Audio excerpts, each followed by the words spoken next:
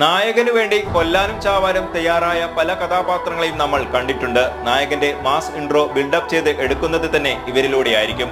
ചിലപ്പോൾ അവർ കോമഡി കഥാപാത്രങ്ങളാകാം, അല്ലെങ്കിൽ നായകനോളം വരുന്ന മാസ് കഥാപാത്രങ്ങളുമാകാം. പക്ഷേ കോമഡിയും മാസും ഒരുപോലെ കൈകാര്യം ചെയ്ത നായകനോടൊപ്പമോ അതിന് മുകളിലോ നിൽക്കുന്ന അമ്പാൻ ഇവരിൽ നിന്നെല്ലാം വേറിട്ട് നിൽക്കുന്നു.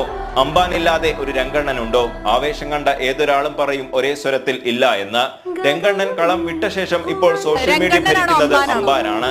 അമ്പാനെ ശ്രദ്ധിക്കട്ടെ എന്ന ആ ഡയലോഗ് സിനിമയിൽ നിന്നും അടർത്തിയെടുത്ത് നിത്യജീവിതത്തിൽ നമ്മൾ ഉപയോഗിക്കുന്ന ഡയലോഗുകളുടെ ലിസ്റ്റിലേക്ക് എപ്പോഴേ കയറിപ്പറ്റി. കള്ളിനും പെണ്ണിനും വേണ്ടി തന്റെ മുതലാളിയോടൊപ്പം കൂടെ നിൽക്കുന്ന മറ്റു ഗുണ്ടകളെ പോലെ ആയിരുന്നില്ല അമ്പാൻ. അയാൾക്ക് രംഗണ്ണൻ എല്ലാമായിരുന്നു.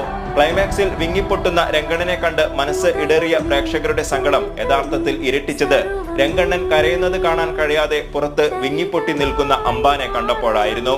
ഇനി അമ്പാൻ എന്ന പേരിൽ ഒരു സിനിമ